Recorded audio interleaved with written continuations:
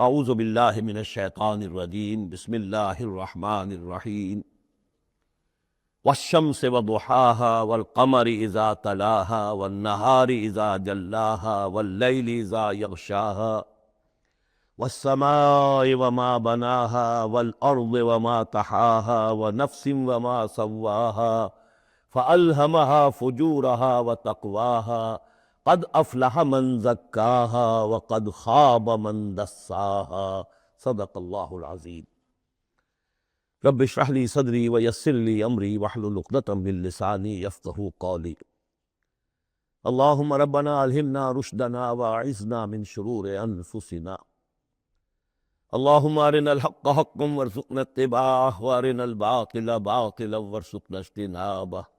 اللہم وفقنا لما تحب وترضى۔ اللہم زک انفسنا فإنک خیر من زکاہا۔ اللہم ربنا آنس وحشتنا فی قبورنا وارحمنا بالقرآن العظیم۔ اللہم اجعلہ لنا اماما ونورا وہدی ورحمہ۔ اللہم ذکرنا منہ ما نسینا وعلمنا منہ ما جہلنا وارزقنا تلاوتہ آناء اللیل وآناء النہار واجعلہ لنا حجتا یا رب العالمین، آمین۔ کل میں نے اشارہ کر دیا تھا کہ قرآن حکیم میں سورۃ البلد کے بعد 4 جو صورتیں ہیں ان کو ایک مشترک عنوان ان کے لیے میں نے تجویز کیا ہے 4 سورہ نور و ظلمت۔ ان 4 صورتوں کے شروع میں قسمیں ہیں، چنانچہ پہلی صورت میں قسموں کا حصہ بہت بڑا ہے۔ جیسے ہم نے پہلے دیکھا تھا سورہ تکویر میں اذا الشمس کورت سے چل کر 13 آیتیں چلی تھی، اور اس کے بعد ایک آیت آئی تھی جس پر کہ ان سب چیزوں کو جا کر پھر مرکوز کیا گیا، علمت نفس ما احضرت۔ لیکن سورہ انفطار میں صرف 4 آیتوں کے بعد وہ مضمون آیا اور زیادہ کھل گیا۔ وہی ترتیب یہاں ہے۔ اس میں یہ دیکھیے کہ 8 آیتیں آئیں گی کہ جس میں قسمیں ہیں، اور 2 آیتوں میں پھر جواب القسم ہے، کس بات پر قسم کھائی گئی ہے، اور وہ بڑا مرکزی مضمون ہے، بنیادی مضمون ہے۔ اگلی صورت میں سورۃ اللیل میں قسموں والا حصہ کم ہو جائے گا اور وہ بنیادی مرکزی مضمون مزید کھلے گا۔ پھر اس میں سے جو ایک پہلو ہے اس مضمون کا وہ پھر اپنے نقطۂ عروج کو پہنچے گا سورۃ الضحیٰ میں۔ اس طرح تدریجاً یہ مضمون آگے بڑھ کر مکمل ہو رہا ہے۔ والشمس وضحاہا، قسم ہے سورج کی اور اس کی دھوپ کی۔ والقمر اذا تلاہا، اور قسم ہے چاند کی جبکہ وہ اس کے پیچھے آتا ہے۔ تلاہا، تلا یتلو، پیچھے آنا، فالو کرنا۔ قرآن مجید کی تلاوت کا لفظ بھی اسی لیے، پڑھنے کے لیے تلاوت کیا ہے کہ آپ اس کے ٹیکسٹ کو فالو کر رہے ہوتے ہیں۔ بسا اوقات انگلی بھی ساتھ چلتی ہوتی ہے، جو زیادہ ماہر نہیں ہوتے ان کو دیکھا ہوگا کہ وہ کہیں ایسا نہ ہو کہ اس سطر کو چھوڑ کے اس پہ آ جائے، انگلی ساتھ چلاتے۔ اور اسی سے پھر یہ کہ اس کا اس قدر معنی پیدا ہو گئے کہ قرآن مجید پڑھنے کا جو حقیقی مقصد ہے اسے فالو کرنا ہے، اس پر عمل کرنا ہے، اس کا اتباع کرنا ہے۔ اس اعتبار سے بہترین لفظ جو ہے وہ اختیار کیا گیا، لیکن لغوی معنی اس کے کیا، کسی کے پیچھے آنا۔ تو قسم ہے سورج کی اور اس کے دھوپ چڑھنے کی، اور قسم ہے چاند کی جبکہ اس کے پیچھے آتا ہے۔ والنہار اذا جلاہا، اور قسم ہے دن کی جبکہ وہ اس کو روشن کر دیتا ہے۔ اگرچہ شکل تو یہ ہے کہ سورج سے دن روشن ہوتا ہے، لیکن یہاں اس میں بہت لطیف نکتہ پیدا کیا ہے کہ دن ہوتا ہے تو ہمیں سورج نظر آتا ہے، تو گویا کہ دن نے سورج کو نمایاں کیا ہے۔ اس لیے کہ آگے اس کا ہم بدن آ رہا ہے واللیل اذا یغشاہا، اور قسم ہے رات کی جبکہ وہ اس کو یعنی سورج کو ڈھانپ لیتی ہے۔ سورج کو رات نے ڈھانپ لیا، دن نے گویا کہ اس کو نمایاں کر دیا۔ والسماء وما بناہا، اب دیکھیے جوڑے جوڑے آ رہے ہیں یہ، سورج اور چاند، دن اور رات۔ والسماء وما بناہا، اور قسم ہے آسمان کی اور جو اسے بنایا، تعمیر کیا۔ والارض وما طحاہا، اور قسم ہے زمین کی جبکہ اس کو پھیلا دیا، بچھا دیا، بچھونا بنا دیا۔ ونفس وما سواہا، اور قسم ہے نفس انسانی کی اور جو اس کو بنایا اور درست کیا، اس کو نک سک سے درست کیا، اس کا تسویہ کیا، اس کو سنوارا۔ فَأَلْهَمَهَا فُجُورَهَا وَتَقْوَاهَا، یہاں تک کہ اس کے اندر نیکی اور بدی کا علم الہامی طور پر رکھ دیا۔ الہام کر دیا اسے اس کا فجور بھی اور اس کا تقویٰ بھی۔ اب یہاں قسم کھائی گئی قد افلح من زکاہا وقد خاب من دساہا، جس نے بھی اپنے نفس کو پاک کر لیا وہ کامیاب ہو گیا، اور جس نے اسے مٹی میں دفن کر دیا وہ ناکام ہو گیا۔ اصل مضمون یہ ہے مرکزی دو آیات کہ انسان کے پاس کوئی ایک امانت ہے، اس کا ایک نفس ہے جو اللہ نے اسے دیا ہے۔ اس نفس کو جس نے پاک کر لیا، سنوار لیا، بنا لیا، جس کے لیے مختلف الفاظ استعمال کرتے رہے ہیں، تعمیر سیرت، تعمیر خودی، کیریکٹر بلڈنگ، ایک انسان اپنی شخصیت کو بناتا ہے۔ تو جس نے تو صرف بنانا، لیکن اس کے علاوہ پاک کرنا، بنانا اس معنی میں کہ تمام رذائل سے اس کو پاک کیا جائے اور فضائل سے اسے سنوارا جائے، اسے منور کیا جائے، مزین کیا جائے۔ تو جس نے اپنے نفس کو پاک کر لیا، مزین کر لیا، فضائل سے مرصع کر لیا، مسجع کر لیا، وہ کامیاب ہو گیا۔ خواہ یہاں پر اس کے پاس جائیداد نہ بنی ہو، دولت اس کے پاس جمع نہ ہوئی ہو، دنیا والے اس کو جانتے بھی نہ ہو، وہ غیر معروف آدمی ہو، کچھ بھی ہو، یعنی ایک معیار ہے کامیابی ناکامی کا جو ہم لوگوں کے سامنے رہتا ہے۔ کامیاب کون ہے؟ زیادہ پیسے والا، زیادہ دولت والا، تو زیادہ پروفیشن میں شائن کر گیا، بزنس میں آگے نکل گیا، کسی بھی اعتبار سے۔ لیکن اس میں زور ہے قد افلح من زکاہا، اصل میں کامیابی اور فلاح تو اس کی ہے۔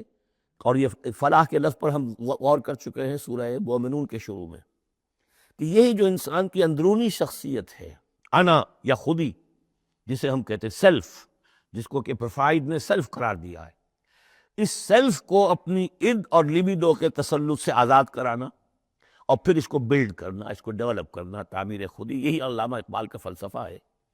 تو یہ ایسے ہی ہے کہ جیسے کہیں خزانہ تھا، آپ نے کھود کر اس میں سے خزانہ نکالا، تو یہ ہمارا سیلف جو ہے، ہماری خودی جو ہے، یہ بھی در حقیقت ہمارے اس حیوانی وجود کے اندر دفن ہے۔ اس حیوانی وجود کے اندر سے اس کو برآمد کرنا، جیسے کہ آم کی گٹھلی پھٹتی ہے تو اس میں سے دو پتے نکلتے ہیں تو اس سے آم کا درخت بننا شروع ہوتا ہے۔ اسی لیے وہ جو میں نے آپ کو اپنشد کا جملہ بھی سنایا تھا کہ man is in his ignorance identifies himself with the material sheaths which encompass his real self۔ اصل خودی، اصل انا، اصل میں وہ کون ہے؟ یہ میرا وجود ہے، یہ میرا جسم ہے، یہ میرے ہاتھ ہے، یہ میرے پاؤں ہے، لیکن میرا میں ایک پوزیسو موڈ میں ایک پروناؤن آیا ہے، تو جو پوزیس کر رہا ہے جسم کو وہ کون ہے؟ وہ ایک اس کی اندرونی لطیف شخصیت ہے، اسے انا سے، خودی سے، سیلف سے تعبیر کرتے ہیں، اور در حقیقت وہ عبارت ہے اس روح سے کہ جو اللہ تعالیٰ نے پھونکی ہے اس میں، وَنَفَخْتُ فِيهِ بِالرُّوحِ۔ تو اس مٹی کے ڈھیر میں اس روح کو ڈالا گیا ہے، اس کو برآمد کرنا اور اس کو بنانا اور سنوارنا، یہ ہے اصل کام انسان کا۔ جو اس میں کامیاب ہو گیا وہ کامیاب ہو گیا۔ اور دسا یدسو ہم پڑھ چکے ہیں کہ جب کسی شخص کے ہاں اس زمانے میں، اس معاشرے میں کوئی خوشخبری آتی تھی کہ بچی پیدا ہو گئی ہے، تو ایک تو منہ چھپاتا پھرتا تھا وہ کہ بیٹی ہو گئی، میں بیٹی کا باپ شمار ہوں گا، اور سوچتا رہتا تھا کہ اسے میں اپنے پاس رکھوں، ام یدسھا فی التراب، یا اسے جا کے میں مٹی میں دباؤں۔ تو دسا یدسو دبا دینا، تو یہ ہے کہ جس نے اپنی اس خودی کو اسی حیوانی وجود میں دبا دیا، ختم کر دیا، قد خاب من دساہا، وہ ناکام ہو گیا۔ اب اس حقیقت پر تو میں نے آپ کو نوٹ کرایا تھا کل کہ سورۃ الاعلیٰ پڑھتے ہوئے میں نے کہا تھا کہ بعض مضامین جو ہے جو ان صورتوں میں آ رہے ہیں وہ سورۃ الاعلیٰ میں ان کی اصل جڑ پڑ چکی ہے، اور اس کی آخری 6 آیتیں جو ہیں وہ کیا ہے؟ قد افلح من تزکا وذکر اسم ربہ فصلی بل تؤثرون الحیاۃ الدنیا والآخرۃ خیر وابقی ان ھذا لفی الصحف الاولی صحف ابراہیم وموسیٰ۔ قد افلح من تزکا، جس نے پاکیزگی حاصل کری وہ کامیاب ہو گیا۔ یہاں اسے مزید کھولا کہ اس کا برعکس کیا ہے؟ قد افلح من زکاہا وقد خاب من دساہا۔ اس پر گواہیاں لائی گئی ہیں کہ جیسے تمہیں پوری اس کائنات میں تضادات نظر آتے ہیں، رات ہے، دن بھی ہے، آسمان ہے بلند، زمین ہے پست، بالکل اسی طریقے سے انسان کا معاملہ بھی یہ ہے کہ اگرچہ ویسے تو شکل و صورت میں سب تقریباً ایک جیسے انسان ہیں، ہیومن بینگز ہیں، لیکن دو مختلف قسم کے راستوں پر یہ چل رہے ہیں۔ ایک راستہ وہ ہے کہ یہی حیوانی نفسانی خواہشات اور اسی کے اندر پوری زندگی جو ہے گزار دی، اور اپنے اس اصل روح ربانی کو، اپنی اصل امانت الہیہ کو دبا دیا، گویا کہ چلتے پھرتی قبر بن گئے اس کے لیے۔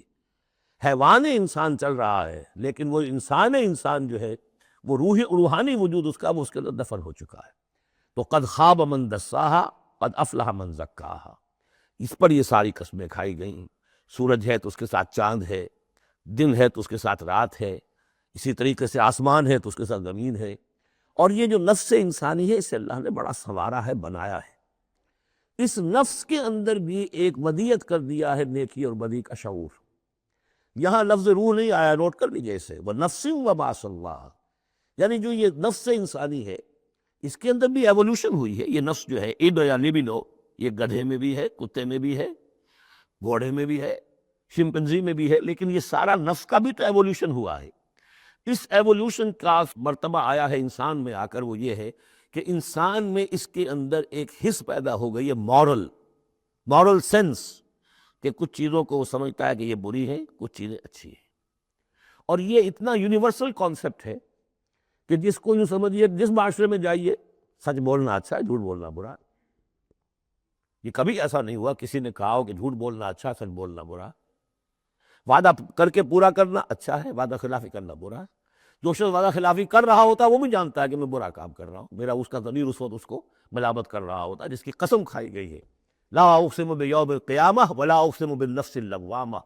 یہ تمہارے اپنے اندر جو ہے، مائی کانشنس از پنچنگ می بھائی، کہ تمہارے اندر ایک اخلاقی حس ہے۔ یہ اخلاقی حس نفس انسانی میں ودیت شدہ ہے۔ روح میں جو کچھ ہے وہ تو اور بڑی شے ہے۔ روح انسانی میں تو معرفت خداوندی ہے اور محبت خداوندی ہے، دونوں چیزیں روح انسانی کے اندر موجود ہیں۔ ابھی یہاں سے نفس کی بات ہو رہی ہے۔ جیسے عالم خلق کے تمام جو مظاہر ہیں ان کو بیان کیا جا رہا، سورج اور چاند عالم خلق کی چیزیں، عالم امر کی نہیں ہیں۔ رات اور دن عالم خلق کی چیزیں ہیں، آسمان اور زمین عالم خلق کی چیزیں ہیں۔ نفس بھی عالم خلق کی شے ہے، روح ہے عالم امر کی شے۔ تو نفس انسانی بھی نفس حیوانی سے ممتاز ہے بئی معنی کہ اس میں وہ ایک مورل سینس موجود ہے، جس کی بنا پر اس کے اندر یہ شعور ہے، ودیت شدہ، الہام شدہ، الہمہا، الہام کر دیا اس نے کہ کچھ چیزوں کو وہ جانتا ہے یہ خیر ہیں، اور کچھ کو جانتا ہے یہ شر ہیں۔ اسی لیے قرآن مجید نے کثرت سے جو لفظ استعمال کیا ہے وہ معروف اور منکر۔ معروف وہ جو جانی پہچانی شے، نفس انسانی جانتی ہے کہ یہ چیز اچھی ہے۔ منکر وہ جس سے کہ نفس انسانی اباح کرتا ہے، یہ کیا ہے، یہ نہیں ہونا چاہیے، یہ فطرت اس کے اندر موجود ہے، سرشت کے اندر۔ اب مرحلہ صرف یہ ہے کہ جب یہ بنیادی بیج تو اللہ نے تمہارے نفس میں ڈال دیا، اب اسے پروان چڑھانا تمہارا کام ہے، اسے آگے بڑھاؤ، پروان چڑھاؤ عمل صالح سے۔ الیہ یصعد الکلم الطیب والعمل الصالح یرفعہ، اچھا کلام ہو، اچھی بات ہو، اس کے اندر اوپر اٹھنے کی، اللہ کی طرف بڑھنے کی صلاحیت تو ہے، لیکن عمل صالح اس کے ساتھ ہوگا تو وہ اوپر اٹھے گا۔ تو یہ جو بھی پوٹینشل ہے انسانی فطرت کا، تو قد افلح، جس نے وہ محنت کی، مشقت کی، اس نے اپنی اس اصل انسانی شخصیت کو برآمد کیا، اس مٹی کے ڈھیر میں سے بنایا، اسے ایک بڑا درخت بنا دیا، تناور درخت بنا دیا جس میں وہ پھل لگے ہیں جو ہم سورہ تغابن میں پڑھ رہے ہیں، وہ کامیاب ہو گیا۔ اور جس نے اس کو دبائے رکھا، وہ مٹی ہی کی زندگی میں، اور جو جسمانی وجود ہے اسی کے تقاضوں کو پورا کرنے میں لگا رہا، وہ غائب ہو گیا، ختناس۔ اس کے بعد یہ کہ یہ معاملہ جس طرح انڈیویجولز کا ہوتا ہے، ایسے ہی کسی معاشرے کا بھی ہوتا ہے۔ معاشرے میں بھی کچھ لوگ ہوتے ہیں کہ جو خیر کی طرف بلانے والے، کچھ ہوتے ہیں کہ جو بدی کی طرف بلانے والے۔ جس طریقے سے فرد کے اندر موجود ہے، اسی طریقے سے پھر اس کے اندر بھی اگر ایک قوم کا اجتماعی ضمیر جو ہے وہ زندہ رہے اور امر بالمعروف نہی عن المنکر کا فریضہ وہاں سر انجام دیا جاتا رہے، تو معاشرے کی خیر ہوگی۔ اور اگر اخلاقی حس بحیثیت مجموعی اس درجے کمزور ہو جائے کہ قوم کا اجتماعی ضمیر مردہ ہو جائے اور پھر اسے حس ہی نہ رہے، وائے ناکامی متائے کارواں جاتا رہا، کارواں کے دل سے احساس زیاں جاتا رہا، وہ احساس ہی نہ رہے اجتماعی سطح پر کہ یہ بدی ہے اور یہ برا کام ہے، یہ منکر ہے، تو پھر وہ تباہ ہوتی ہے۔